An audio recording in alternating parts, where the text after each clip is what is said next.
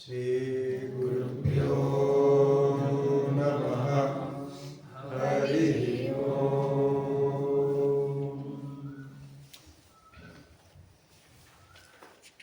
जो जीवन मुक्त हुए हैं उनको योग शास्त्र में केवली कहा जाता है। केवली, जो कैवल्य प्राप्त हुए हैं, जिनको हम जीवन मुक्त बोलते हैं, एनलाइटन्ड हो गया, ज्ञान प्राप्त हो,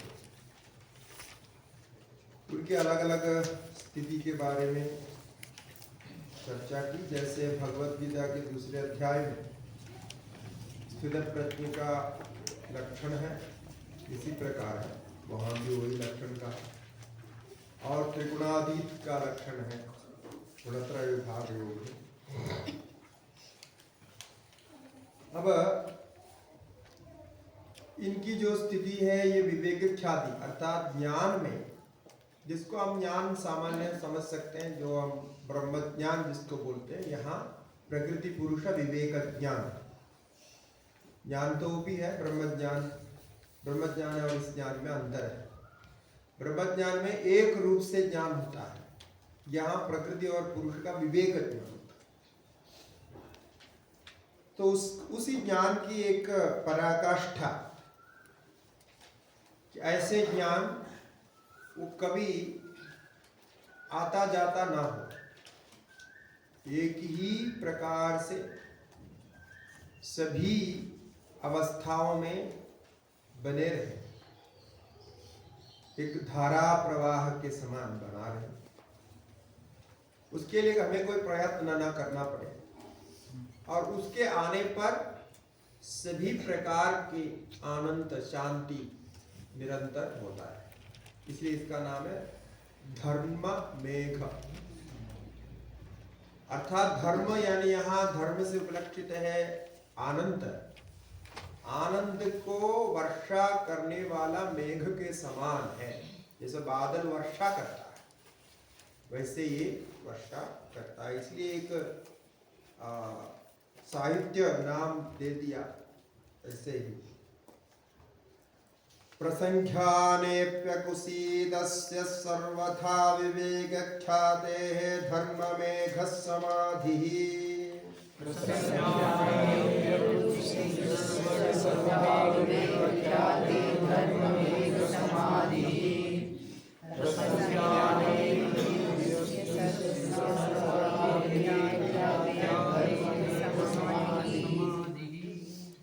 कहते हैं कि सर्वथा विवेक ख्याते है। सर्वथा mean in all conditions, in every way, always. विवेक ख्याते, जो डिस्क्रिमिनेटिव नॉलेज है,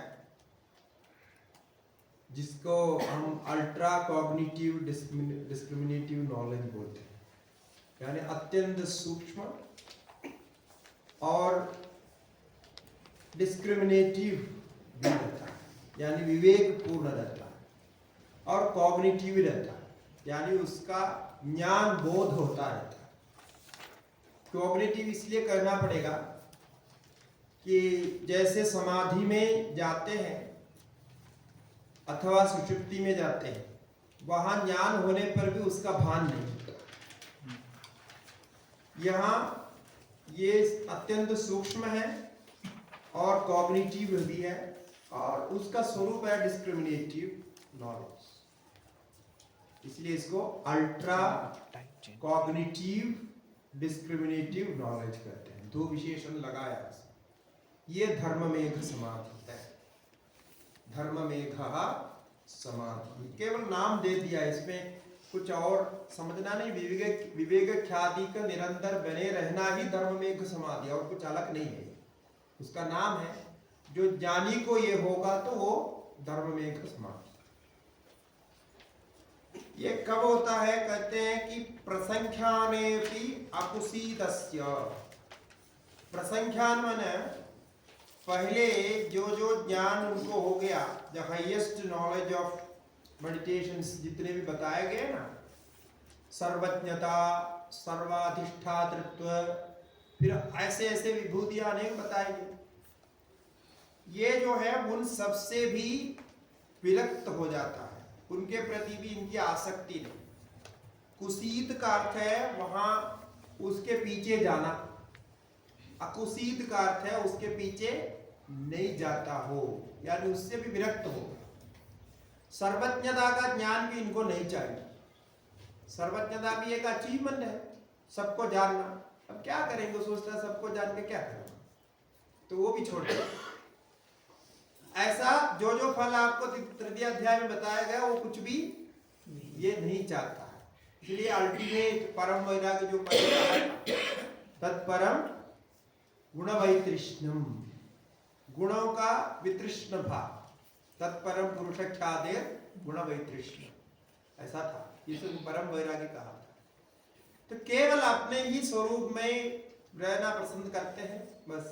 इसलिए प्रसंख्यान उसको कहते हैं कि जो ओमनीशंस और ओमनी ऑब्जेक्टिव आदि बहुत सारे बताए ना, सर्वज्ञता, सर्व विषय ज्ञाता इत्यादि इत्यादि, इसमें सब इनको इंटरेस्ट नहीं, वो सब छोड़ दिए। अब उसमें विरक्त होने के कारण सर्वथा विवेक ख्याति, संपूर्ण रूप से विवेक ख्याति सिद्ध होने से, इन ऑल कंडीशन विवेक ख्याति इज कॉन्स्टेंटली देयर, वो कंटिन्यूइंग करता है। ऐसे में उनके मन की जो स्थिति है वो एक समाधि कल्प स्थिति है, किंतु वो संप्रज्ञात असंप्रज्ञात कोई समाधि नहीं है, निरंतर इसी भाव में रहता है। इसको धर्म में एक इस स्थिति में आने पर अब ध्यान रखना, अब तक जो कुछ प्राप्त किया है ये पूर्ण रूप से क्लेश कर्म को निवृत्त नहीं कर सकता था। वो तो जो विभूतियां थी वो और कहीं फंसाने वाला, और कहीं उनके आसक्ति करने वाले, जैसे आप बोल रहे अलग अलग सिद्धियां हो गई, क्या प्रयोजन, कुछ नहीं। कुछ समय में कुछ मिलता रहता है बस, लेकिन कुछ नहीं उसमें। इसलिए अब तक जो कहा कि इसमें संपूर्ण रूप से क्लेश की निवृत्ति नहीं हो सकता था, इसलिए धर्म में समाधि होने पर अब क्लेश कर्म निवृत्ति हो जाए, यानी जीवन मुक्त हो गया। अब यहां से उनके जब तक शरीर रहेगा, शरीर चलता रहेगा, उसके बाद ये मुक्त हो जाएगा। ठीक है, ऐसे मुक्त होने के लिए ये पूर्व में जितने जितने कहे हैं सभी साधन को यदि आपने अपनाया है तो ये मुक्ति आपको मिल जाएगी। ऐसा नहीं कि ये मुक्ति के लिए कोई स्पेशल आत्मा ऊपर से आएगी, ऐसा नहीं, तो आप भी उसको प्राप्त कर सकते हैं। लेकिन इस प्रकार त्याग करने के लिए तैयार होना चाहिए। आपको जितने जितने प्राप्त किया सारे आपके नॉलेज को त्यागना है, सारी आपके डिग्री जो भी आप अपने अभिमान करते हो सबको त्यागना है। सब त्यागने के बाद उसके साथ कोई अटैचमेंट नहीं, तब जो है फिर आपके कोई आइडेंटिटी भी नहीं रहती। आप फिर अपने नाम के साथ भी आइडेंटिफाई नहीं करेंगे, आपको सिग्नेचर करना भी मुश्किल हो जाएगा। किसका सिग्नेचर, कौन सा, ऐसी हो जाएगी। अब सोचो ये संभव है क्या? ये बहुत दूर, लेकिन ये अनुभव में ऐसे ही होता है, सत्य है। ऐसे महात्मा ने अनुभव किया है। तो आप अपने नाम भूल गए, आपको कोई परिचय पूछा तो आप बोले कि पता नहीं, मुझे याद नहीं मैं कौन हूँ, फिर आपने सिग्नेचर करेंगे, बोलेंगे मैं हूँ। लेकिन अभी इस समय ऐसी स्थिति में भारत में रहना बड़ा यहाँ तो अभी आधार कार्ड, आईडी कार्ड सब चाहिए, वो बाहर कर देंगे, तो बहुत मुश्किल है। इसके लिए अभी सरकार से कुछ आवेदन करना पड़ेगा ऐसे लोगों के लिए जो नाम नहीं करना चाहते, तो नहीं तो फिर कोई निकलेगा नहीं ऐसा, जो ज्ञानी निकलेगा कैसा आईडी दिखाना पड़ेगा, बोले तो मुश्किल है, तो बहुत कठिन होता है। तदक्लेश कर्म निवृत्ति,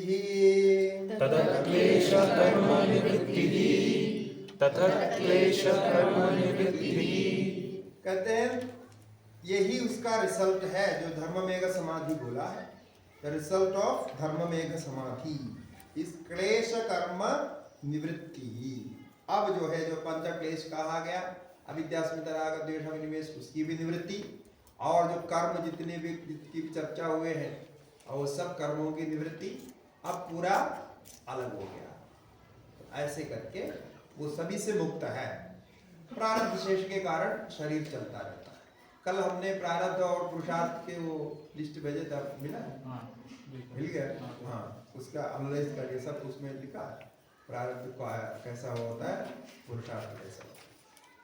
ठीक है, तो ये अल्टीमेट स्टेज हो गया। तदा क्लेश कर्म निवृत्ति ही, द अटेनमेंट ऑफ कैवल्य, किसी को कह सकते। अब हो गया स्वामी जी, जो 25वां श्लोक था विशेष दर्शन और 30, तो केवल यहाँ हुआ? हाँ, कोई डिफरेंस नहीं, वो सेम है, लेकिन इसका जो है विशेष दर्शिना आत्मभाव भावना निवृत्ति, वो अपने को जहाँ आइडेंटिफाई कर रहे थे उससे सब अलग कर दिया। अभी आत्मा के विषय में आपको कोई आकांक्षा नहीं, ऐसे हो गया, तो उसका ये फल है।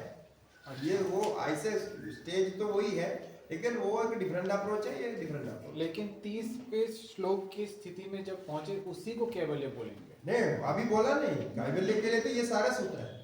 धर्म में समाधि भी कैवल्य है, लेकिन कैवल्य तो एक परम स्थिति है जिसके बाद में खत्म हो गया था। नहीं, यही तो प्रॉब्लम है।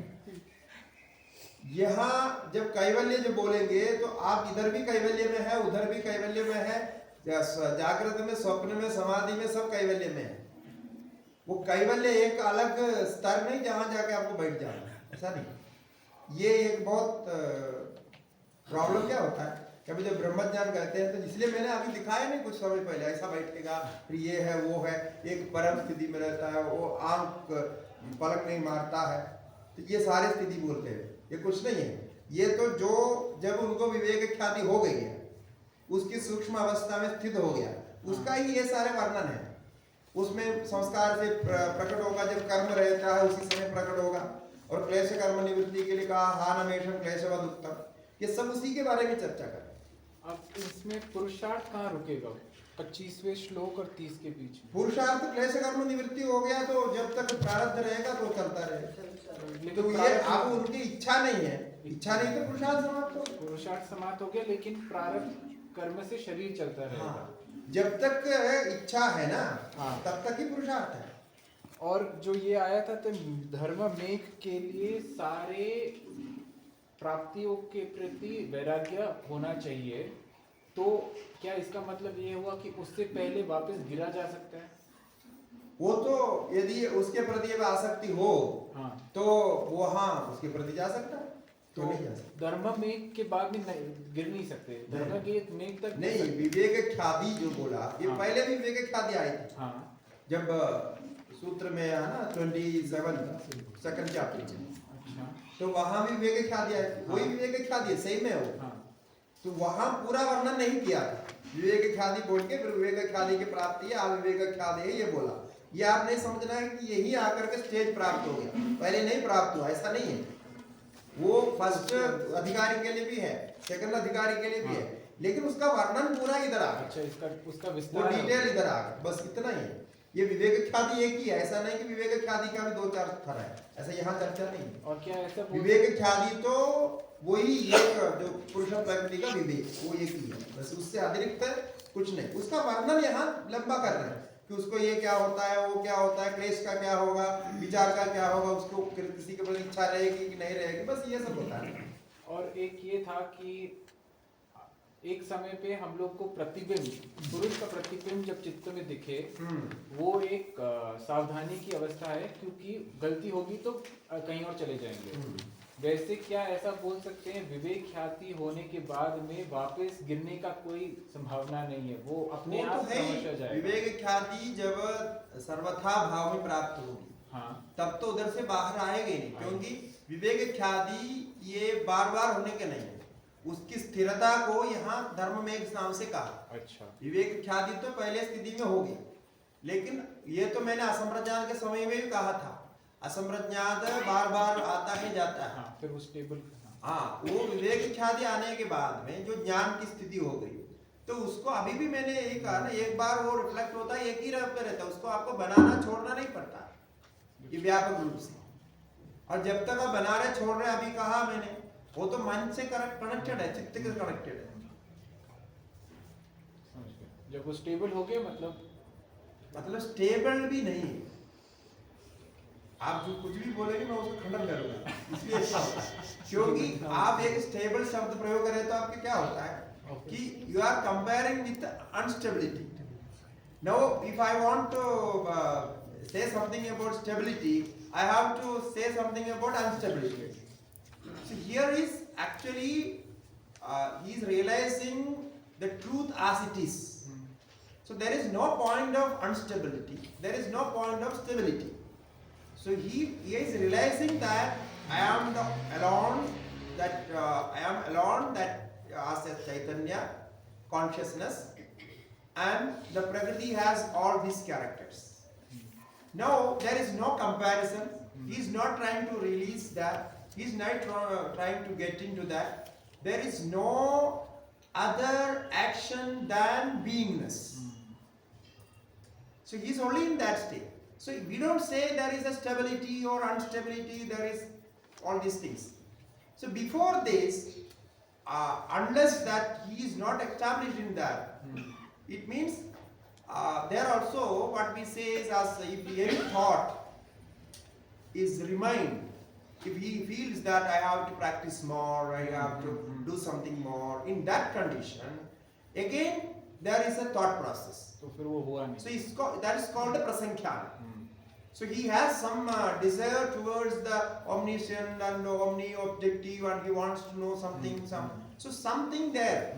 So until that desire of anything remains, he is not established in this Viveka Khyadi that we can say. This is all the words we can use. Therefore, in that case, if he has any of these desires, there is a chance of going back. So when he is not destroying the desire, this is another thing. We don't say destruction of anything there. There is no destroying of, it's only knowing that desire is connected to the mind or mind complex, chitta, and the consciousness is separate from that. So this knowledge, since it is real, it stays, it's the only knowledge. You cannot change that. As you feel that I am a human being, there is no chance that you are remembering that you are a human being, or you are forgetting. There is a chance that you may forget that you are a human being. It doesn't happen, because this is the knowledge that is connected. So when the mind is active, when he is in a waking state, he is experiencing, then also he experiences the same thing. It means he is experiencing the object as Prakriti, but his experience is I am consciousness. So there is no chance of instability. There is no chance of any change in that. So he is in that state of unchanged state. So there is no chance of change. So therefore, what he experiences is undescribable. We cannot say what he is experiencing. But the theory says he should be experiencing this in this condition. That we call Viveka Khyati. So this is all explanation of that with different things. So now there are questions: what happened to the karma, what happened to the mind, what happened to the body, all this. So this is all because of prarabdha karma. So prarabdha karma takes care of all those. So he is not even caring for that. So when some thought comes, any of the thought related to the body comes to him, he takes it as he responds to it. So he is not neglecting even the response. So he is normal. He is normal. He is normal. That's all. He is very normal, very simple as it is. Because reality was always there. He is not a creator of reality. He is only the knower of reality. He is not a creator, or he is a manifestor or a changer of reality. They cannot be two. No, as I said, the knowledge cannot create anything, and knowledge doesn't destroy anything. So now what is there? just knowing. That's right. This is, as I said, this is the beingness of consciousness. That much we can explain by This words. is ultimate truth. Don't say ultimate. अभी तक जो बोल रहे थे ना, अभी ultimate भी नहीं. We don't say anything ultimate. तो ultimate क्या है? फिर आपको comparison करना पड़ेगा. तो what is the first, what is the second, what is the third? इसलिए मैंने बोला आप कुछ भी आप बोलेंगे मैं डिले करूँगा. तो ultimate, so there is no meaning for ultimate. मतलब आप again stages of comparison कर रहे हैं. वो पहले था हम लोग जो सीखे आगे तो फर्स्ट स्टेप सेकंड स्टेप वो सब. अब इस स्टेज में अब कोई मॉडरेशन नहीं है, कोई उसको कोई व्यवस्था नहीं बना This है. is the only. आप इतना समझिए आप है ना, बस इतना. आप है, आप प्रकृति नहीं है, आप शरीर नहीं है, आप मन नहीं है, आप बुद्धि नहीं है. ऐसे स्थिति में आप है. आप ना अल्टीमेट में, ना आप ना ऊपर है, ना आप नीचे है, ना आप बीच में है. बस वो है रियलिटी. आप ऊपर नीचे बोले तो फिर समस्या. इसलिए अभी स्थिति ऐसे है. ठीक है ना. तदा सर्वावरणमलापेतस्य ज्ञानस्य अनानन्द्याज्ञेयमल्पम्. तदा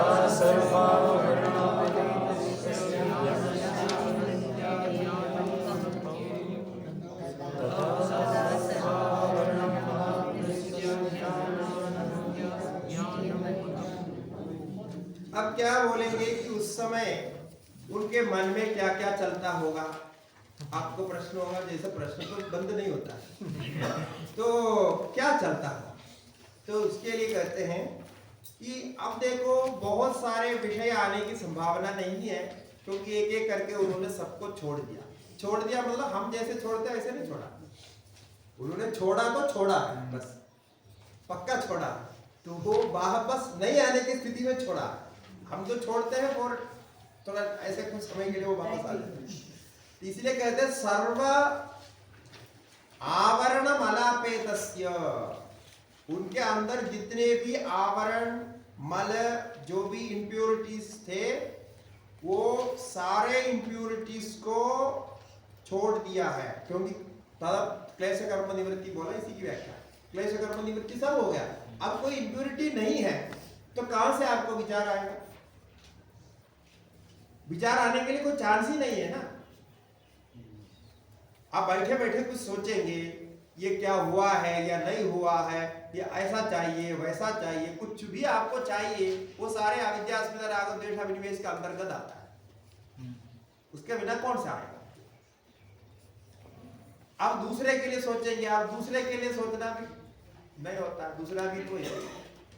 इसलिए सर्व आवरण मलापेतस्य, due to the removal of all impurities whatsoever, जो था सब कुछ को उन्होंने रिमूव कर दिया. हो गया, चला गया. वो चला गया मतलब वो निकाला नहीं है, वो डिस्कनेक्ट कर दिया. यहाँ निकालने का प्रोसेस नहीं है, डिस्कनेक्ट नहीं है. तो निकाला नहीं जाता कुछ भी.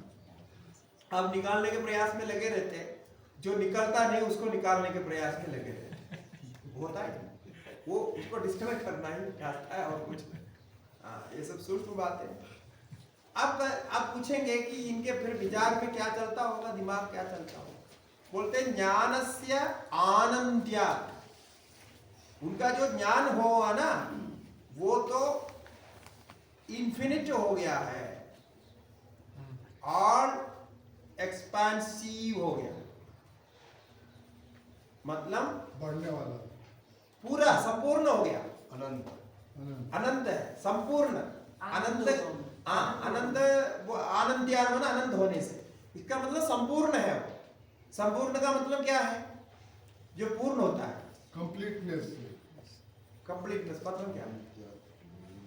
वर्ड तो हमने भी सीखा अभी बोल रहा हूं. मतलब what does mean by completeness. That it doesn't need anything from outside. It is complete in itself. There is no It's full in itself. absolute.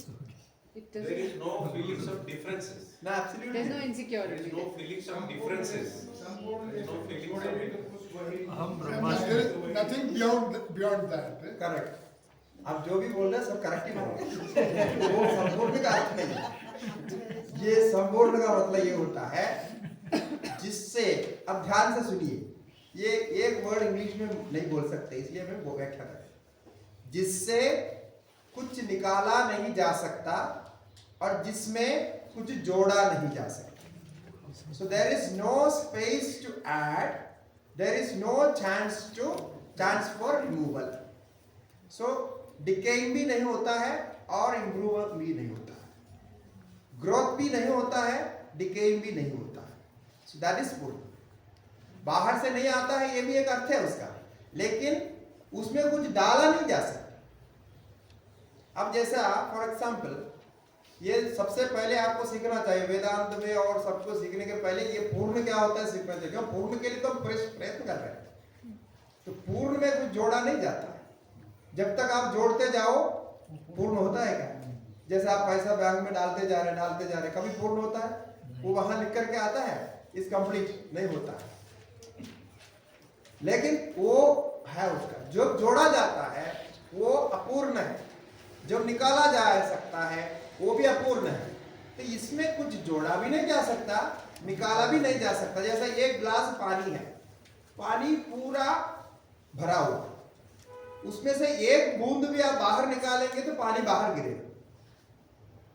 ऐसा भरा हुआ कि उसमें एक बूंद एक टच भी नहीं कर सकता है कि पानी निकाले, एक बूंद संभव नहीं। एक बूंद डाला भी नहीं जा सकता, डालेगा तो भी वो बाहर जाएगा, निकालेगा तो भी वो ऐसे स्थिति में जो बैठा हो उसको कहते हैं पूर्ण। ठीक है ना? इसके लिए कोई इंग्लिश वर्ड है क्या? One word for this? No, there is no English word for पूर्ण, संपूर्ण के लिए नहीं है, इसलिए ये प्रॉब्लम। अब बाकी जो भी वर्ड आप इंग्लिश में यूज कर रहे हैं वो संपूर्ण के लिए नहीं होता है, उसका एक एस्पेक्ट है, बस उतना ही। जो ज्ञानस्य आनंद्यात् ज्ञेयम् अल्पम बोलते हैं, उनका जो ज्ञेय है ना, वो जिसको भी जानता है, to be known, for him to be known is a little. ये लिटिल कहने का मतलब almost nothing, hardly there is something to know. क्या, क्यों ऐसा बोला? हार्डली क्यों बोला? क्योंकि इसीलिए कि वो अपने जो व्यवहार के लिए, जो उसके लिए जो भी विचार उसके पास आना होगा वो तो आएगा।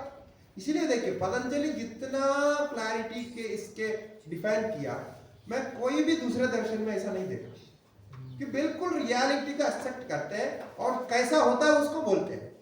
ऐसा नहीं कि आप वहां बोलेंगे नहीं कुछ भी नहीं जानता है वो बिल्कुल बैठा रहा, ऐसा नहीं बोला।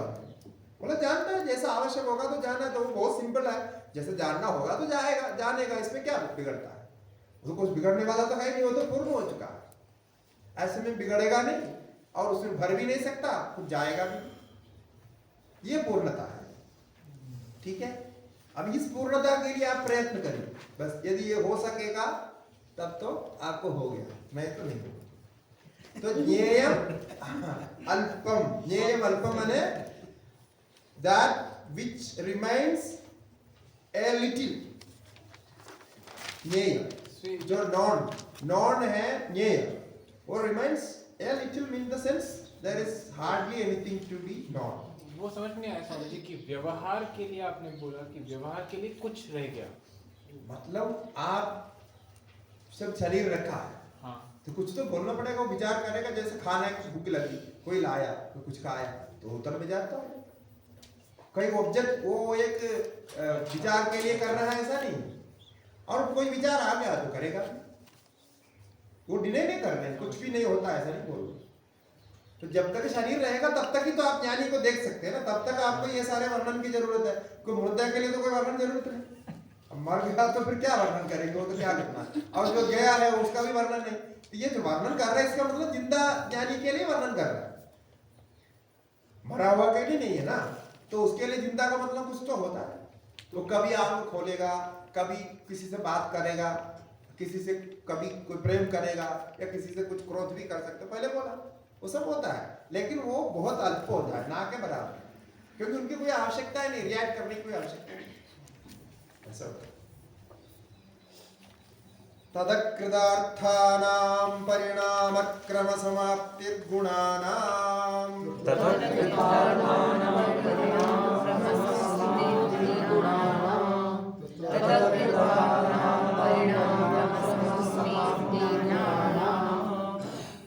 अब और बारीकी से सोचना है, इतने सूक्ष्म है कि और सूक्ष्म सोचना।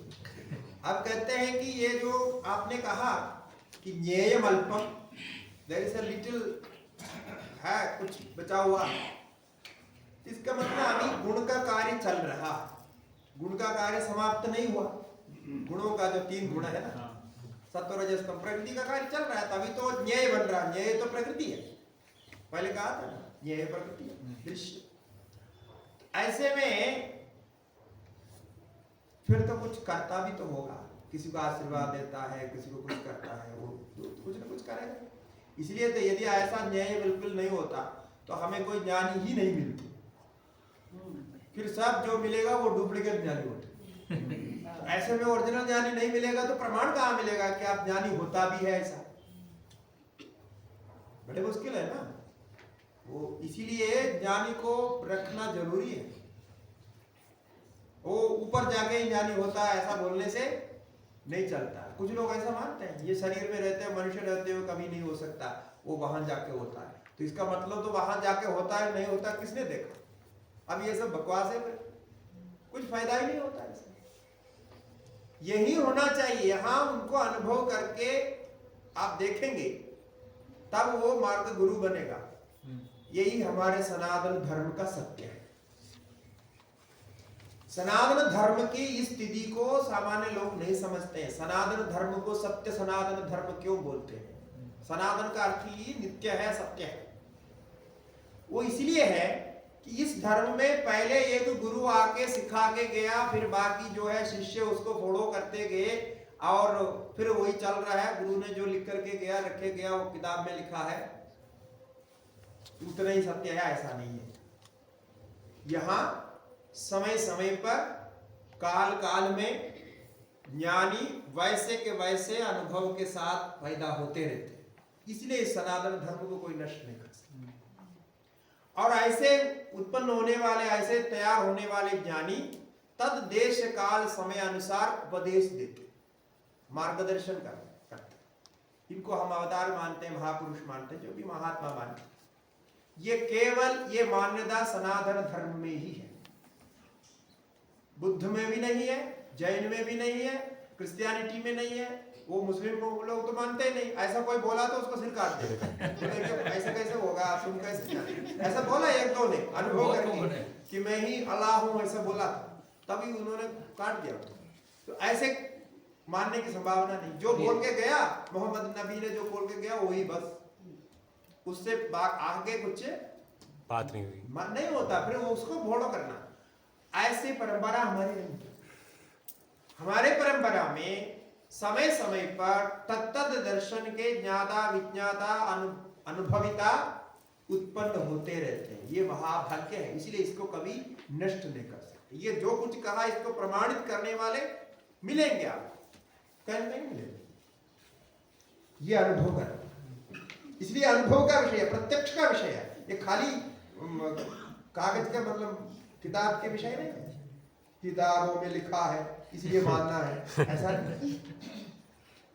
किताब केवल जो है आपको संकेत करता है। ये जो कुछ आपने पढ़ा है, सुना है, ये कुछ भी नहीं है, ये कुछ भी सत्य नहीं है। ये केवल सत्य के प्रति संकेत है। संकेत तो समझते हैं, इंडिकेशन टुवर्ड्स द ट्रूथ। अब मैं जो चिल्ला चिल्ला के अभी इतने समय से बोल रहा हूँ, काफी थक गया, मेरा बॉडी तो ये क्या कर रहा हूँ? संकेत देने के प्रयास कर रहा हूँ। ये जो संकेत पर लिखा हुआ है उसको मैं किसी कारण से समझता हूँ, तो ये मैं आपको लाउड स्पीकर की तरह जोर से बोल रहा हूँ। तो आप उसको सुन रहे हैं, आप इस संकेत को समझे तो आप भी इस प्रकार दूसरे लाउड लगा करके, लाउड स्पीकर लगा कर दूसरे, तो ये परंपरा भी चलती रहे। इतना कार्य हम करते, ठीक है। ये ना हमारा ज्ञान है, ना आपका ज्ञान है, ना हमारा गुरुओं का ज्ञान है। एक ज्ञान नित्य है, इसका केवल लाउड स्पीकर है, ठीक है ना। यही सत्य है, सत्य तो बोलना चाहिए। तो इसलिए इसमें एक शब्द भी हमारा नहीं है। हम तो आप देखा ना, जो भी बोल रहे हैं हम लिखा हुआ बोल रहे हैं। यहाँ तक कोई नया शब्द बोलते हैं तो आपको बोल रहे हैं, हमने ये बना करके आपको सुना। हम तो इतने सच्चाई से बोल रहे हैं, एकदम सीधा। तो इसलिए जो हमने बोला इसमें हमारे पास 100% प्रमाण है। हम अपने तरफ से मनोकल्पित कुछ भी नहीं है। जितना अनुभव हमने सुनाया, ये अनुभव भी हमारे जीवन में घटी हुई, जितने घटा हुआ है वही हम कह रहे हैं। उससे अतिरिक्त हम कुछ भी नहीं जोड़ के बोल रहे। आपको सच्चाई है, आप कर सकते हैं, आप स्वीकार करो। यदि आपको सच्चा ना लगे ना करो, इसमें हमारा कोई लेना देना नहीं। इसलिए हम कुछ आपसे ले भी नहीं रहे, आपको कुछ हमारे तरफ से कुछ नहीं दे, हम केवल मीडियम है। ठीक है, सभी ऐसा है। ये हमारे गुरु ने भी ऐसे कहा, उनके गुरु ने भी ऐसे कहा। तो ये हमारे सनातन धर्म में ये माध्यम वाला सिस्टम है, यानी मीडियम वाला सिस्टम है।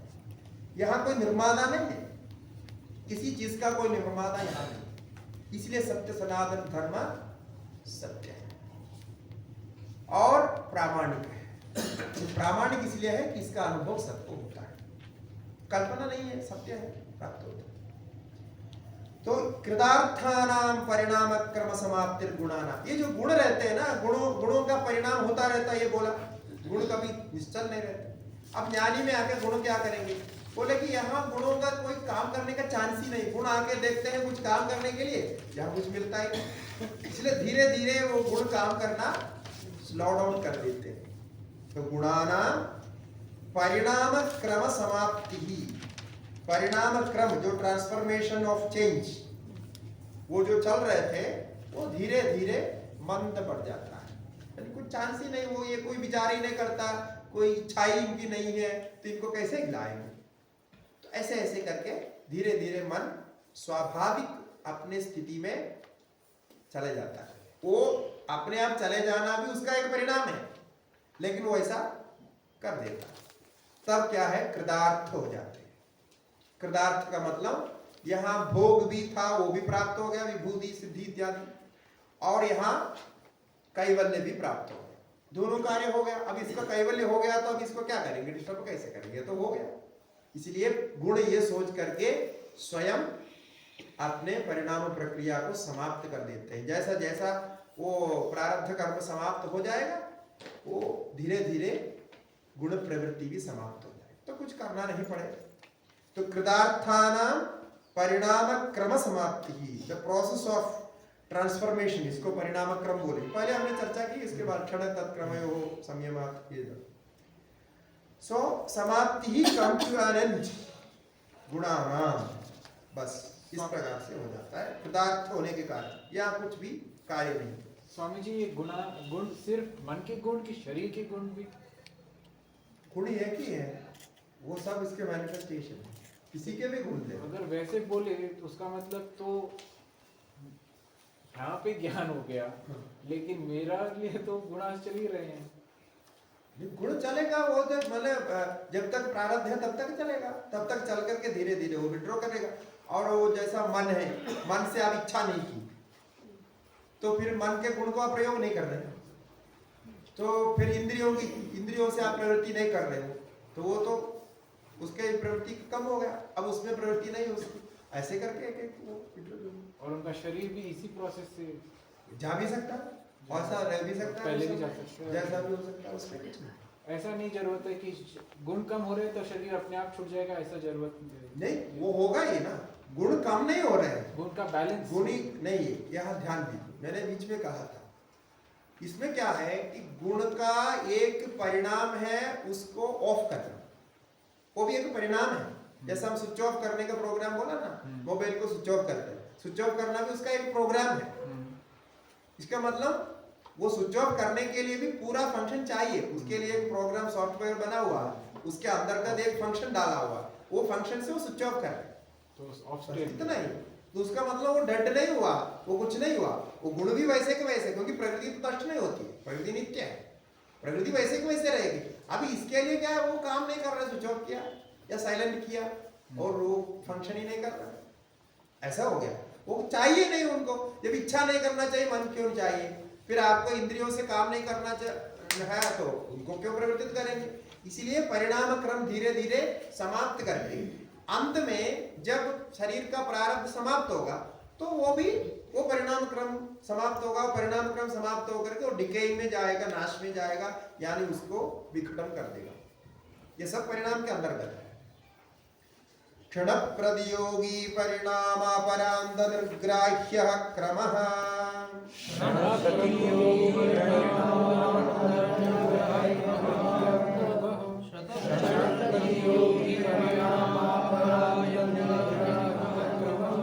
कहते हैं कि ये जो परिणाम क्रम की समाप्ति आपने कही है, ये समाप्ति कैसे जाना जा सकता है, कहां तक जाना जा सकता है? जैसा आपने भी पूछा, बोलते हैं ये क्षण प्रतियोगी होता है। एक एक क्षण का आप जान सकते हैं। ये पहले भी कहा, क्षण तत्क्रमयोः संयमात्, वो क्रम को जानने के लिए प्रोसेस, टाइम को जानना ही है। टाइम और क्रिया, ये दोनों, एक्शन एंड टाइम, वो दोनों जो है, एक तो मैटर में, एक मैटर में ही ये दोनों हो रहा है, तो दोनों का पूर्वापरक दो बिंदु बना करके आप जानते हैं। यहां भी ऐसा है, धीरे धीरे क्षण प्रतियोगी होता है, अत्यंत सूक्ष्म। ऐसे में परिणाम अपरांत निर्ग्राह्य, परिणाम का अपरांत, अपरांत माने फाइनल एंड ऑफ ट्रांसफॉर्मेशन। एक परांत होता है, एक अपरांत होता है। अपरांत माने लास्ट, परांत इधर है, अभी जैसा ये बीच में है, तो इस तरफ हो गया वो अपरांत, परांत, और ये हो गया अपरांत। अभी ये लास्ट की ओर है। परिणाम उसी का ही है, लेकिन परिणाम होते होते एक एंड होता है। जैसे दूध का परिणाम होते होते उसका एंड कहाँ है? घी में। घी में जहां तक हम जानते हैं, घी में जाके होता है। फिर घी अंदर खाने से दूसरा परिणाम होता है, लेकिन अब फिलहाल तो घी तक हम रुकेंगे, तो घी तक उसका परिणाम हो गया, है ना। इसी को कहते हैं द एंड। अब जैसा मिट्टी से घड़ा बना करके घड़ा बना दिया, और घड़ा को फिर और बना सकते हैं क्या? घड़ा को फिर फोड़ना पड़ेगा, फिर मिट्टी बनाना, तो उसको हम कहते हैं अंतिम अवयवी, ये अंतिम परिणाम करते हैं। यानी उसके बाद एक परिणाम होता है, लेकिन वो दिखता है, या रिवर्स करते हो। अब जैसा घड़े को तोड़ के मिट्टी बना करके फिर आप बना सकते हैं और कुछ, किंतु घड़े से घड़ा और कुछ घड़ा नहीं निकलता। उसको फिर क्या बोलना पड़ेगा? द लास्ट ट्रांसफॉर्मेशन बोलना पड़ेगा, ठीक है ना। इसके and, the final end of transformation को परिणाम अपरांत बोलते हैं। इसके द्वारा ग्राह्य है। इसके द्वारा, जैसा आप एक एक में देखो, इसी प्रकार यहां भी कृतार्थ होने के कारण, क्योंकि कृतार्थ होना इसलिए आवश्यक है। पहले जब दृश्य का लक्षण दिया था, वहां कहा था कि ये पुरुषार्थ भी उसके कारण होता है। भोगापवर्गार्थम दृश्यम, ये कहा ना, भोग अपवर्ग दो ही उसका उद्देश्य है। और स्वस्वामी संबंधो स्वरूप उपलब्धि गेदो, ये भी कहा था। तो स्वस्वामी संबंध का जो स्वरूप उपलब्धि है, यह भी अभी पूरा हो गया। अब दृश्य का कोई काम नहीं, दृष्टा का भी कोई काम नहीं, दोनों का संबंध का भी कोई प्रयोजन नहीं, सारे ठप हो गया, समाप्त हो गया, सेटल हो गया। ऐसे में इसी को क्रम बोलते हैं। ये बीच में संवाद आने के कारण उसको बोल दिया। तो क्रम संबंधित 3 सूत्र आया था यहाँ। आप तीसरे पाद में देखेंगे, क्षण तत्क्रमयोः संयमात्, ये एक सूत्र आया था। अपरांत ज्ञान, ये आया। फिर उसके बाद में एक सूत्र और है, पहले आया था क्रमान्यत्वम परिणामान्यत्वे हेतु, उसमें भी क्रम कहा। अब ये क्रम ही है, परिणाम के अंतर्गत एक क्रम। अब लास्ट सूत्र है, ये सब होने के बाद में अब चित्तवृत्ति निरोध हो गया, तो तीसरे में क्या होता है? दृष्टो स्वरूप अवस्थान हो जाए। अब यहाँ आकर के वो सब निरोध हो गया। अब वहां तो चित्तवृत्तियों का ही निरोध हुआ था, यहाँ तो पूरा परिणाम प्रक्रिया प्रकृति का ही कार्य यहाँ कृतार्थ होकर के समाप्त हो गया, सैटिस्फाइड हो गया। किसी के प्रति कोई इच्छा नहीं, न रखने की इच्छा, न छोड़ने की इच्छा, कुछ भी नहीं, छोड़ने की इच्छा भी नहीं किसी भी प्रकार। इसलिए अब क्या होगा? बिल्कुल अपने स्वरूप में रहेंगे। पुरुषार्थ शून्यानां गुणानां प्रतिप्रसव कैवल्यं स्वरूप प्रतिष्ठा वाचिति शक्तेरिति। पुरुषार्थ शून्यानां गुणानां प्रतिप्रसव कैवल्यं स्वरूप प्रतिष्ठा वाचिति शक्तेरिति। पुरुषार्थ शून्यानां गुणानां प्रतिप्रसव कैवल्यं स्वरूप प्रतिष्ठा वाचिति शक्तेरिति। पुरुषार्थ शून्यानाम गुणानाम, पुरुषार्थ शून्य यानी पुरुषार्थ अभी जो भोग अपवर्ग है तो डिवोर्ड ऑफ पर्पस, ये पुरुषार्थ ही वो सब चला गया। अभी कोई पुरुषार्थ है नहीं, भोग अपवर्ग नहीं, तो क्या क्या करेंगे, किस उद्देश्य से काम करेंगे? तो ऐसे पुरुषार्थ शून्यानाम गुणानाम, गुण जो 3 गुण है इनका प्रतिप्रसव, प्रतिप्रसव माने return to the origin of their cause. अब उनकी जो स्थिति थी उसी में चलेगी। उनकी क्या स्थिति थी? साम्यावस्था। अब पर्पस नहीं है तो कोई एक्टिविटी नहीं होगी, इसको प्रतिप्रसव कहते हैं। ये पहले भी आया था, प्रतिप्रसव है, प्रतिप्रसव है या, तो ये एक्चुअल रियल प्रतिप्रसव है। अब इनके प्रति कोई क्रिया संभव नहीं। प्रतिप्रसव, प्रसव माने उत्पत्ति और रिटर्न को प्रतिप्रसव कहते हैं। तो प्रतिप्रसव return to the state of the original state, उसी में जाके कहता है प्रतिप्रसव। कैवल्यम, इसी को कहते हैं Kaivalyam, remaining alone, the aloneness. इसको हम एब्सोल्यूट लिबरेशन, मोक्ष, एनलाइटमेंट, वो ये सब बहुत सारे पद इसमें प्रयोग करते हैं। ये एब्सोल्यूट मतलब अंतिम, अलोननेस अकेला ही हो गया बस, और कुछ नहीं। तो ही रिमाइंड्स अलोन माने अपने चैतन्य मात्र में रहता है, फिर अहंकार भी नहीं रहता। उसको कोई आप पूछेंगे तो भी कुछ नहीं बोलेगा। आप कैवल्य में है पूछेंगे तो भी हाँ भी ना भी नहीं करेंगे। फिर कैसे समझेंगे आप? नहीं समझ सकते, बड़ा मुश्किल है। तब कहते हैं स्वरूप प्रतिष्ठावाद। इसको स्वरूप प्रतिष्ठा भी कह सकते हैं, यद्यपि स्वरूप प्रतिष्ठा कहना नहीं बनता इसलिए वाह लगा। इफ यू वांट टू से you can say this is स्वरूप प्रतिष्ठा, दैट्स ऑल। तो पहले जो स्वरूप बोला ना, दृष्टो स्वरूपे अवस्थानम शब्द प्रयोग किया था, वहां प्रतिष्ठा नहीं बोला, क्योंकि वहां से बाहर आने की संभावना है, बाहर आता है, क्योंकि यहां तो प्रतिष्ठित हो गया, अब यहां से बाहर नहीं आता है। तो established, firmly established in the nature of self, ये हो गया अपने आप में एस्टैब्लिश्ड, उसी में ही है, बाहर नहीं आ सकता। फिर अरे स्वरूप प्रतिष्ठा बोलने से भी आप थोड़ा फिर चिंतन करेंगे, प्रतिष्ठा मतलब वो बैठना, प्रतिष्ठित होना, रहना, वो रुकना, कुछ होगा बोलते हैं, वो सब बोलना ठीक नहीं। चिदी शक्ति रिधि, बस इतना बोलो, ये बढ़िया। बोलता केवल कॉन्शियसनेस मात्र है, इसी को मैंने कहा था कि बीइंगनेस, वो विथ कॉन्शियसनेस। तो कॉन्शियसनेस का जो बीइंगनेस का अनुभव यदि आपको हो तो इस स्थिति में होता है चिदी शक्ति। चिदी शक्ति कहते हैं उसको, चिदी माने केवल कॉन्शियसनेस, चैतन्य भी नहीं कहते हैं, चिदी मात्र। तो यहाँ कोई कुछ भी नहीं है। अब रिफ्लेक्शन हो रहा है कि नहीं हो रहा है, कि कोई काम हो रहा है कि नहीं हो रहा है, कि है या नहीं, कुछ भी कहना सुनना नहीं बनता है, वो कंप्लीट रियलाइजेशन इसमें हो गया। ऐसी स्थिति को प्राप्त किया ये बहुत। इस प्रकार से ये योग सूत्र का लास्ट सूत्र भी हो गया। शक्ति शब्द क्यों लगाया यहाँ पे? वो स्वरूप को लिखाने के लिए बस शक्ति शब्द इसलिए लगाया तो वो चिदी स्वरूप ही है, ऐसा दिखाया, इसका एक फीलिंग आपको होता है।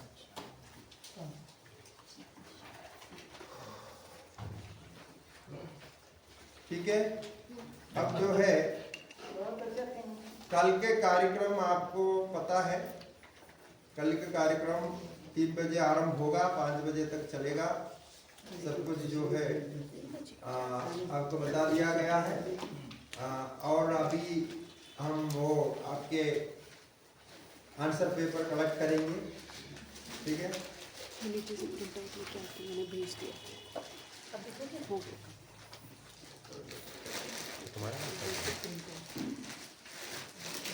अच्छा लैपटॉप है।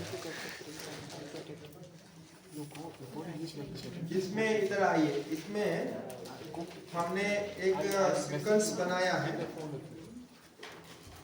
एक साधन का जो 2-3 लेवल है ना, उसका कौन सा क्रम रहेगा, इसका ये सारे पेपर वैसे भी दे सकता हूँ, मैंने काफी लिख दिया। योगिक साधना स्टेप्स टू कैवल्य फाइनल एमांसिपेशन का एडवांस साधना फर्स्ट में पढ़ रहा हूँ तो इतना इजी नहीं है इस सब को मन में डालना।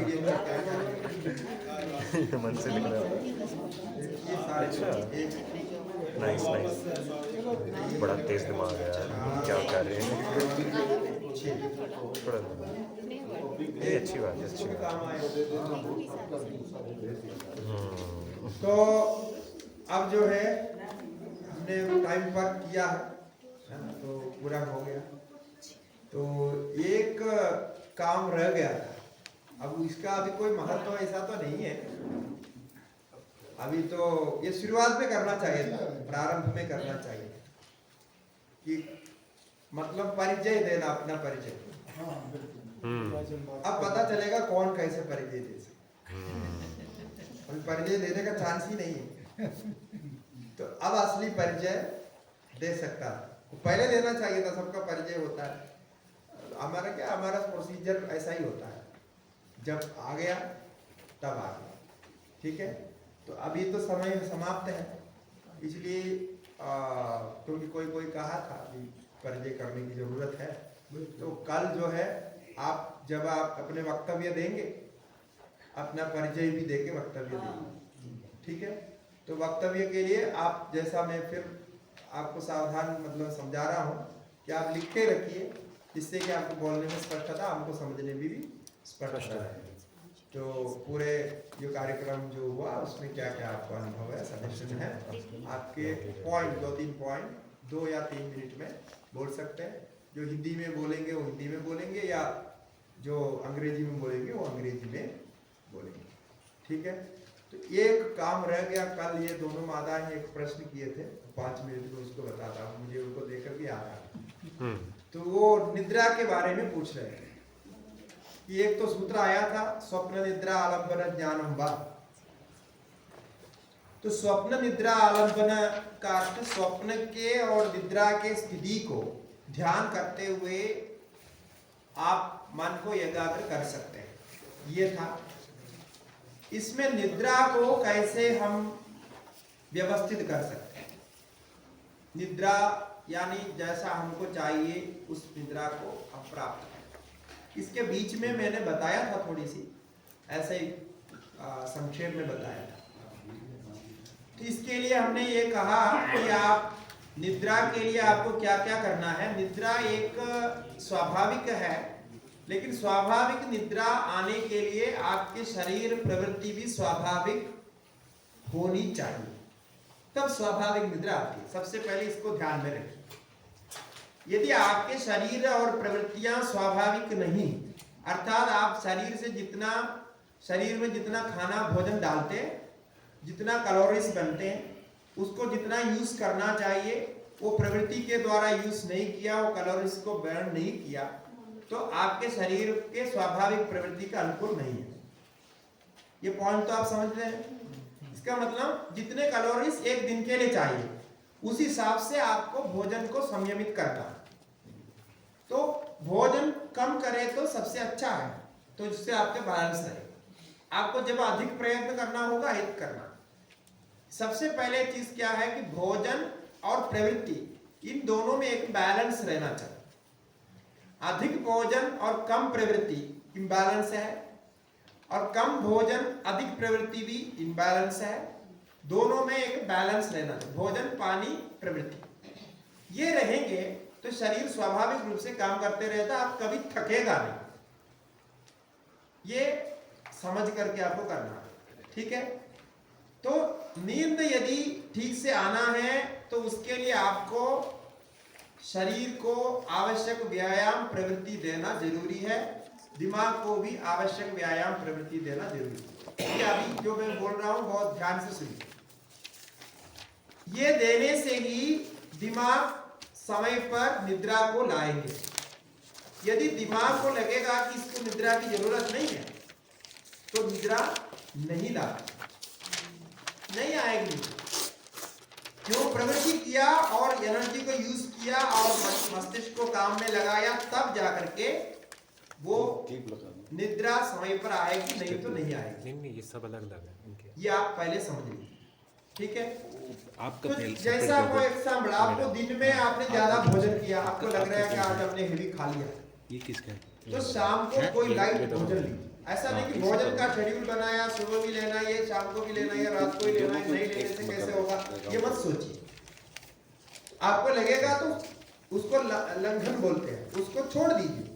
तो आप कोई दूध ले लीजिए या हल्का ले लीजिए, जिससे कि आपको शाम को निद्रा आए। और यदि हो सके तो ये दो पक्ष है। एक पक्ष तो ये है कि जो सुबह का ब्रेकफास्ट है, ब्रेकफास्ट में कुछ लोग कहते हैं कि ब्रेकफास्ट में मैक्सिमम कैलोरीज सुबह का ब्रेकफास्ट में होना चाहिए, ये एक पक्ष है।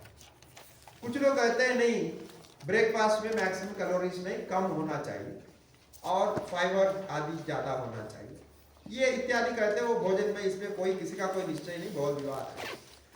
हम ये कहना चाह रहे हैं कि यदि आप दिन में भोजन कम करेंगे, ट्राई करके देखिए। मॉर्निंग में आप ब्रेकफास्ट लीजिए, यदि आप लेट से ब्रेकफास्ट लेते हैं तो अच्छा ब्रेकफास्ट लीजिए, और दिन में जैसा आप ब्रेकफास्ट मॉर्निंग में ले रहे हैं ना, उसी प्रकार बहुत हल्का भोजन लीजिए। फिर शाम को सही भोजन लीजिए। इससे क्या है कि गैप बढ़ेगा, आपके अनावश्यक कैलोरीज उत्पन्न नहीं होगा और बॉडी बिल्कुल फिट रहेगी। ये एक तरीका है। अथवा एक फर्स्ट ऑप्शन। सेकंड ऑप्शन, आप सुबह जो है हल्का कुछ लीजिए, मतलब खाली नाम मात्र के लिए नाश्ता में जो भी लीजिए, उसमें भी तेल वगैरह नहीं लेना, तेल से मला हुआ चला हुआ जैसे नहीं लेना। वो ऐसे कुछ जूस है या फिर आप दूध लेते हो तो दूध, ऐसा जो भी हल्का लीजिए और दिन में अच्छा भोजन कीजिए। दिन का भोजन अच्छा हो, मतलब कंप्लीट भोजन हो शाम को। इस प्रकार आपको अपना सुविधा के अनुसार करें। यह है, इससे आपको निद्रा आएगी। फिर सोने का बेड के बारे में हमने बोला कि बेड भी आपको दे करके ज्यादा सॉफ्ट बेड यूज नहीं करना है और निश्चित समय पर सोना।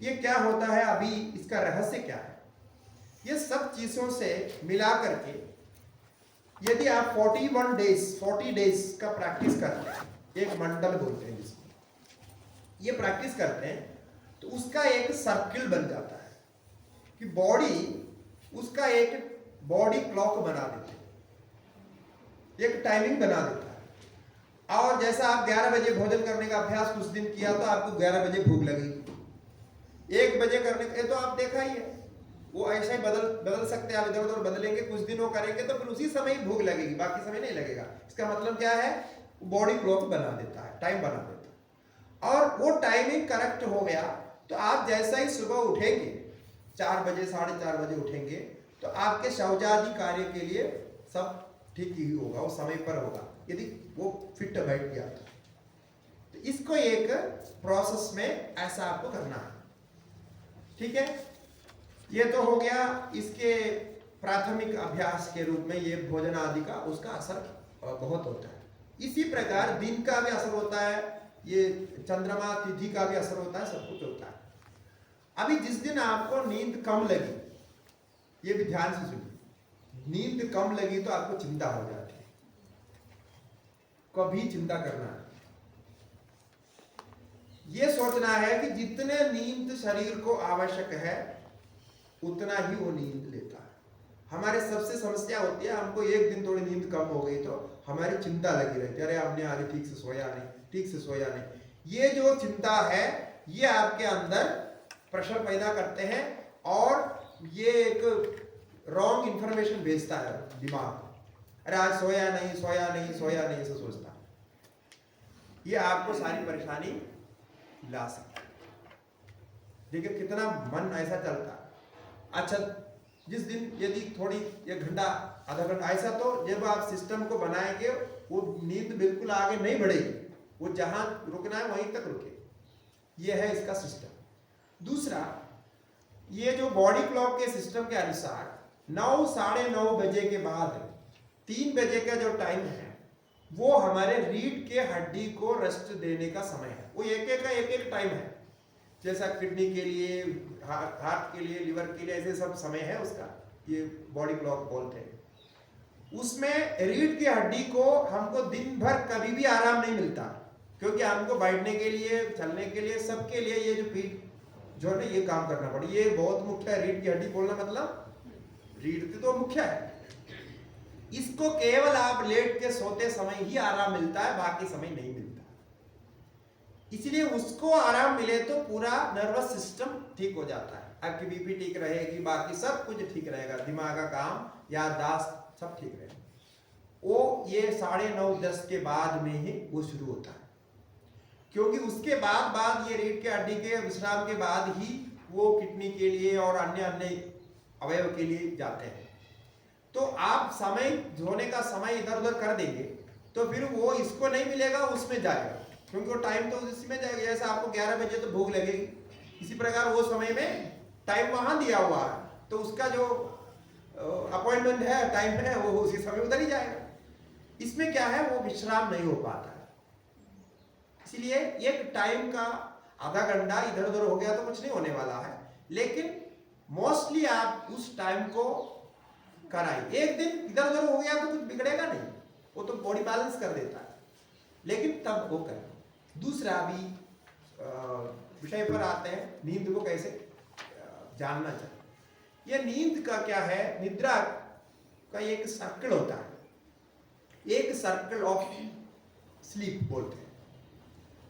वो है 1.5 आवर्स का होता है, माने 90 मिनट्स का होता है। 90 मिनट्स ऑफ स्लीप सर्कल, एक बार की नींद। हम कभी बोलते हैं 6 घंटा सोना चाहिए, 7 घंटा सोना चाहिए, 8 घंटा सोना चाहिए। वो क्या है, वो अलग है, कितने बॉडी को आपको विश्राम देना चाहिए। कोई भी इसमें पक्का नहीं है, अभी तक कोई प्रूफ नहीं किया कितना चाहिए। कोई 4 घंटा सो करके भी बहुत काम करता है, कोई 8 घंटे सो करके भी थकान अनुभव करता है। तो ये इसका कोई पक्का किसी को नहीं है, अब वो समय समय पर बोलता है। लेकिन इतना तो पक्का है कि 1.5 घंटे में एक स्लीप सर्कल होता है। एक स्लीप सर्कल में 3 भाग होते हैं, माने 1.5 घंटे में 90 मिनट्स का 3 भाग करो। उसमें से प्रथम भाग में वो डीप स्लीप की ओर प्रवेश करेगा, समझ लीजिए 20 मिनट्स, जो भी 30 मिनट्स कुछ भी आप रखो, उधर प्रवेश करेगा। प्रवेश करने का एक होता है, तो ये प्रवेश करते समय भी कभी आपको स्वप्न आ सकता है, कोई ऐसे कुछ विचार आ सकता है, तो ये प्रवेश करेगा। दूसरा जो इसके बीच के समय है, प्रवेश किया, फिर डीप स्लीप प्राप्त करेगा। वो भी ऐसे समझ लीजिए 15 मिनट 20 मिनट्स के आसपास जो भी रहेगा आगे पीछे। उसके बाद बाकी जो समय है वो उधर से बाहर आएगा, ये एक सर्कल पूरा करेगा। ऐसा 1.5 घंटे में एक सर्कल पूरा करके दूसरे सर्कल में, तीसरे सर्कल में जाता रहता है। इसीलिए आप 1-1.5 घंटे का सोने के बाद में हो सकता है आप करवट बदलेंगे या कुछ करेंगे, जो भी करता है एक सर्कल पूरा होने के बाद ही करता है, नॉर्मली करेगा तो, यदि बाहर से कोई डिस्टर्बेंस नहीं आएगा। इसमें ये जब पहले प्रवेश करता है 30 मिनट्स के इसके ऊपर प्रवेश करता है, जो डीप स्लीप में जाना था, उस समय किसी भी प्रकार का डिस्टर्बेंस नहीं होना चाहिए। यदि हो गया तो वो जो डिस्टर्बेंस होता है वो पूरा बॉडी को, पूरा माइंड को डिस्टर्ब करता है, माने आपको बाद में सोने पर भी आपको नींद पूरी नहीं हुई ऐसी फीलिंग कर देगा। आप समझ रहे हैं ना मेरी बात को। 3 भाग में व्यक्ति का जो मुख्य है उसमें वो डिस्टर्ब हो गया, मतलब उससे उठना पड़ा उसको, तो उसमें कई बीमारियां आ सकती है, मानसिक ये सब आ सकता है, ये बोलते हैं। तो ये 1.5 घंटे का चक्कर चलेगा। अब ये चक्कर में 1.5 घंटा मिलाएगा, 3 हो गया, फिर 3 से 4.5 हो गया, ऐसा आप समझ लो 4.5 फिर उसके जोड़ के जितना भी होगा। तो इनमें से यदि आपको अच्छी नींद मिल रही है तो आप शॉर्ट टाइम को थोड़ी देर लेना चाहते हैं तो 1.5 घंटा यदि आपको इस समय स्थिर देना तो 1.5 घंटा काफी है नींद के। किंतु वहां एक समस्या, ये रीढ़ की हड्डी के रेस्ट के लिए इतना काफी नहीं, क्योंकि रीढ़ की हड्डी के रेस्ट करना है तो रीढ़ की हड्डी के जो जितने नर्वस सिस्टम है वो सब कोड होना चाहिए, तो उसका सब एनर्जी रिलीज करना है, उसका टेंशन रिलीज करना है, बहुत कुछ काम होता है। उसके लिए अधिक समय चाहिए होता है, नींद के लिए इतना नहीं चाहिए। लेकिन ये दोनों कनेक्टेड है, इसीलिए हमें कभी पीठ दर्द होता है, बहुत लोगों को नींद के बाद भी पीठ दर्द होता है, फिर कैसे कुछ होता है, इसका कुछ कारण ऐसा है, वो तो एक तो सोने के हिसाब से भी होता है, इसमें होता है। ये आप करना है। अब आप ये तो नॉर्मल चीज बताए, इसको आप पहले बैलेंस करके प्रैक्टिस करिए। इसके बाद जो मैं बोल रहा हूं ये सब लोगों को करने के लिए नहीं है, लेकिन इतना आप प्रैक्टिस करके यदि नींद को एक टाइम पर बैलेंस पर लाया और आप रोज जो है सेटिस्फैक्टरी नींद ले रहे हैं, तब कुछ सब कुछ स्थिति ठीक है। क्योंकि ये मैं सबको लिए बोलता नहीं हूं, इसलिए आपको ऐसे करके बोल रहा हूं। फिर जो है ये नींद सर्कल को ब्रेक करके अभ्यास करना, अर्थात आप कोई दिन जो है 9 बजे सोएंगे, फिर 10:30 बजे उठेंगे, फिर कोई दिन जो है 11 बजे सोएंगे, 11:30 बजे उठेंगे, कोई दिन ऐसे करके ये इसको ब्रेक करके जाना है। क्योंकि सर्कल को ब्रेक करके फिर आप वो मन के निद्रा को लाने के उसमें वश में ला सकते हैं। ये प्रोसेस हमने भी करके देखा है, हम उसको प्रैक्टिस किया, और ये बुद्धिज्म में भी कई जगह है जो लोग ये प्रैक्टिस करते हैं। तो ये नींद सर्कल को ब्रेक करके फिर रात भर, जैसा अभी रात को कोई भी, अब ये जब मैंने इसलिए बोला, ये कोई अस्वस्थ व्यक्ति है, कोई मेडिकेशन कर रहा है, जिसको कोई प्रॉब्लम है, वो सब डिस्टर्ब होगा। तो इसलिए हमने पहले बोला कि आप अपने सिस्टम को पहले ठीक कर दो। जब आपके पूरे कंट्रोल में सेटिस्फैक्टरी हेल्थी नींद मिल गई, तब आप फिर नींद को अपने वश में लाने के लिए कंट्रोल कर सकते, और कंट्रोल करके इसको ब्रेक करके कुछ ना प्रैक्टिस करना पड़ेगा। उसके बाद क्या होगा कि जब आप चाहे आप लेटो, डीप स्लीप में जाए। ये सिद्धियां कुछ लोगों को, अभी भी हमारे कुछ लोगों को प्राप्त थी, कि बोलते हैं महात्मा गांधी जी को भी ऐसे प्राप्त थे, वो कभी भी सो सकते थे, तुरंत विश्राम कर, तो उनका क्या, कभी थकेगा नहीं। 24 घंटे में उनको आधा घंटा भी मिलेगा तो आधा घंटा वो पूरा डीप स्लीप लेगा, बैठे बैठे या लेटे लेटे ले सकता है। ये बहुत बड़े मतलब ये अभ्यास है, तो करके देखना है। ये धीरे धीरे आपको करना है। इसको सामान्य सब लोग नहीं कर सकते, क्योंकि एक तो ये पहले आपको ये डर रहता है कि ऐसा हो गया तो क्या होगा, तो ये डर तो पहले चले जाना चाहिए। उसके बाद आप टाइम बदल करके 1.5 घंटे का इसमें, और खाली आप 20 घंटे आराम करके भी पूरा डीप में जा सकते हैं। ऐसे यदि प्रैक्टिस करके आप सेट करेंगे, आप अभी आपको 20 मिनट समय मिल गया समझ लीजिए, अब एक डीप स्लीप ले सकते हैं इसके बीच में। तो उसके लिए वो 1.5 घंटे का चक्कर की कोई जरूरत नहीं, उसमें तुरंत आप रिलैक्स हो जाएंगे। आप यात्रा कर रहे हैं, आपको फ्री टाइम मिल गया, वहां लेते। बोलते हैं नेपोलियन जैसे बड़े बड़े जो है योद्धा थे, वो भी ऐसे ही थे, घोड़े के ऊपर बैठ करके वो सोते थे। और भगवान नहीं, हमारे अर्जुन के बारे में भी ऐसे कहते हैं, गुड़ाकेश, और इसका एक अर्थ ये भी है कि वो निद्रा को जीते। तो मतलब वो रात को भी उठ करके अभ्यास करते थे, रात को भी युद्ध कर सकते हैं, दिन में भी युद्ध करते थे, दोनों हाथ से, सव्यसाची है, दोनों हाथ से कर सकते थे। ऐसे मतलब ये तरीका है। तो कभी भी उठ करके, और ये ट्रेनिंग लोगों को देते हैं, मार्शल आर्ट में ट्रेनिंग देते हैं, फौज में ये ट्रेनिंग देते हैं। फौज में ऐसा करते हैं ना, सबको सोने के लिए बोलेंगे, और जैसा वो जा करके सब उठा करके सो जाएंगे, तुरंत ऑर्डर देंगे। इतने क्षण में, इतने समय में वो जूता वूता सब पहन करके, सूट लेकर के, बंदूक लेकर के खड़ा होना चाहिए, अटेंशन ऐसा लेते। क्यों? तो ऐसे ब्रेक करते रहते, नहीं तो वो आराम से बैठ कर सोने का समय सोता रहेगा, तो फिर वो युद्ध कैसे लड़ेगी, वो तो हो नहीं सकेगा। तो ये सब जगह है, ये हम भी कर सकते हैं। ठीक है, तो संक्षेप में आपको बताया, फिर भी मैं 10 मिनट सोचा था, 15 मिनट लेंगे। हाँ, अभी हम प्रश्न कल लेंगे, क्योंकि अभी टाइम हो गया। स्वामी जी वहां आज आरती में जाना है, ठीक है ना। प्रश्न आ गया तो आप जैसा प्रश्न पूछेंगे, टाइम 5 मिनट समय आपका मैंने हम जैसे विद्यार्थियों के साथ कैसा अनुभव रहा? आप कल बताएंगे, कल बताने की चीज़ है, खूब बताएंगे। पूर्णमदः पूर्णमिदं पूर्णात् पूर्णमुदच्यते पूर्णस्य पूर्णमादाय पूर्णमेवावशिष्यते। ओम शांति शांति शांति। श्री गुरुभ्यो नमः। हरि ओम।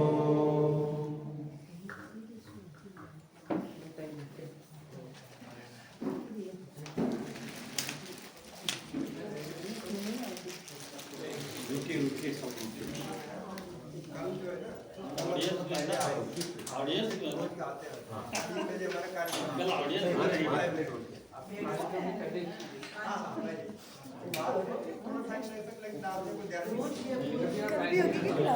शायद से क्लास होगी, कितने बजे?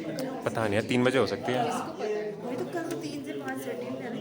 नहीं यहाँ पे 2:30 नहीं आना है, यहाँ पे 2:30 नहीं आना। पूछो ना भैया किसी आ रहे हैं?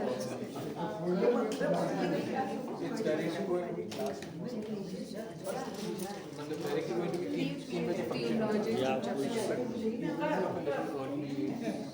जी ये बनाने वाले हैं क्या? ये तो वीडियो ही बन रही है, तो तो मतलब भेजने वाले कि नहीं भेज सकते क्योंकि 10 GB का है, आपके पास जगह है तो ले लो मुझसे। 10 GB का है।